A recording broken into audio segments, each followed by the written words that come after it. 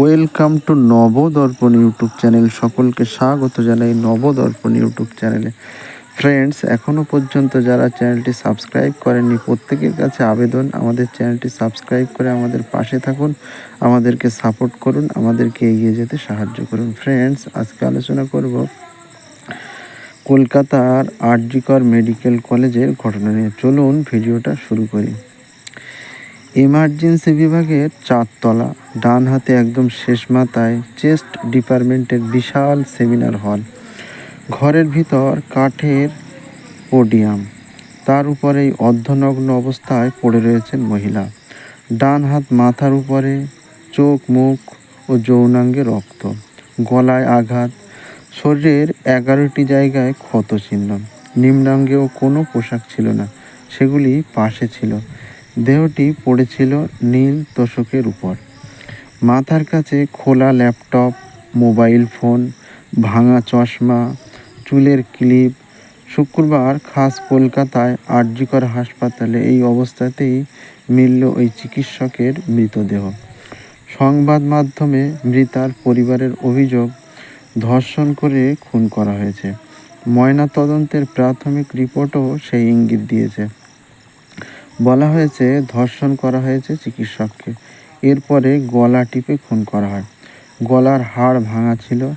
এই ঘটনায় জড়িত সন্দেহে শুক্রবার গভীর রাতে এক ব্যক্তিকে আটক করেছে পুলিশ। সরকারি হাসপাতালের ভিতরেই কর্তব্যরত চিকিৎসককে ধর্ষণ করে খুন।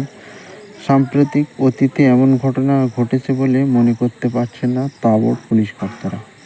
আপাতত খুনের মামলা দায়ের করে তদন্ত শুরু হয়েছে বলে জানিয়েছেন গোয়েন্দা প্রধান মুরলীধর শর্মা। গঠন হয়েছে সিট। জানা গিয়েছে ওই চিকিৎসক সোদপুরের নাটাগড়ের বাসিন্দা, এমডি পড়ছিলেন। আর.জি. কর হাসপাতালে চেস্ট ডিপার্টমেন্টে কর্তব্যরত। টানা 36 ঘন্টা ডিউটি করছিলেন। বৃহস্পতিবারও নাইট ডিউটি ছিল তার। সঙ্গে ছিলেন একজন ইন্টার্ন।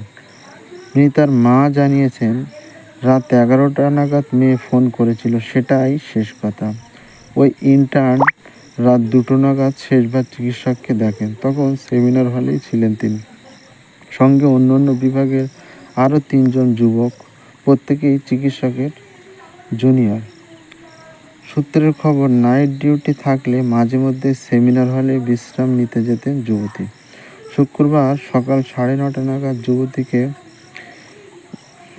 অবস্থায় সেই ঘরে পোডিয়ামের উপরেই পড়ে থাকতে দেখেন তার এক সহকর্মী। খবর পেয়ে 10টা নাগাদ ঘটনাস্থলে পৌঁছায় টালা থানা ও লালবাজারের গোয়েন্দা বিভাগ। ধর্ষণ খুনের ঘটনা প্রকাশ্যে আসতে উত্তাল হয়ে ওঠে আর.জি. কর চত্বর। 4 তলার ওই সেমিনার হলের বাইরে বিক্ষোভ দেখাতে থাকেন এমডি পড়ুয়ারা। প্রাথমিকভাবে পুলিশকে দেহ তুলতে বাধা দেওয়া হয়।